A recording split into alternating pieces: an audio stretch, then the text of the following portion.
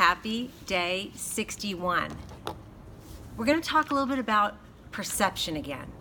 We touched on this conversation briefly on day 45 when we talked about the crutch of perception, meaning how you view things is your reality.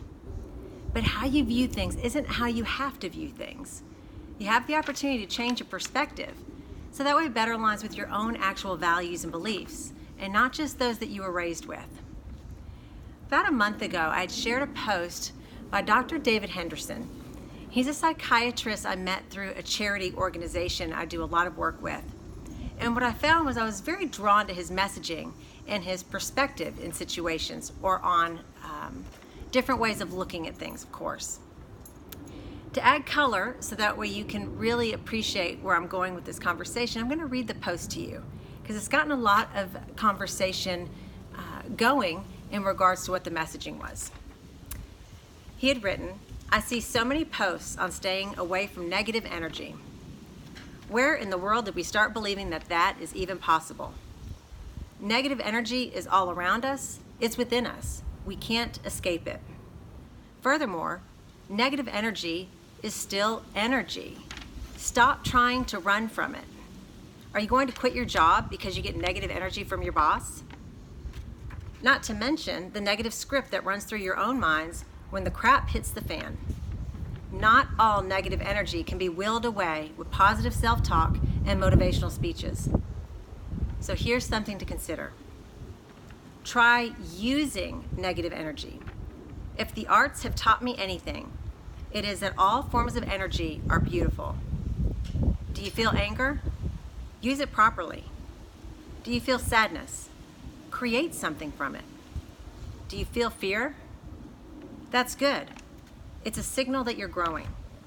Let negative energy into your life and see how powerful it actually is." So again, shout out to Dr. David Henderson. Probably has gotten more conversation than anything else we've spoken about in the last couple weeks. Why do I share that?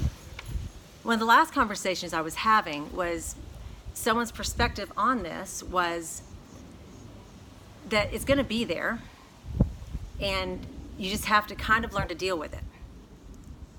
I appreciated that. My perspective was a little different. My perspective from his message is, don't try to run from what is tough or what we don't like how it feels. Instead, channel what it is that is inevitably going to be around you on any given day. Learn how to use it to your positive ending, and ultimately take the opportunity to be who you're supposed to be. Now, you cannot grow if you're always comfortable. So dealing with that negative energy gives you an opportunity to learn how to navigate it, move beyond it, and see what kind of growth and development you've gotten from it. You don't control what comes around you entirely. Certainly, as he started that conversation, he said, staying away from negative people is what some people say. You can certainly isolate and remove people from your life that don't bring positive intention or energy to you. But what are you possibly missing because you've done that? It's an interesting dynamic to consider and have a conversation about. So my challenge to you is to look at the energy that's around you, and how do you harness it, utilize it, and intentionally turn it to make a better position for yourself or other people. Thanks for the time, and we'll talk tomorrow.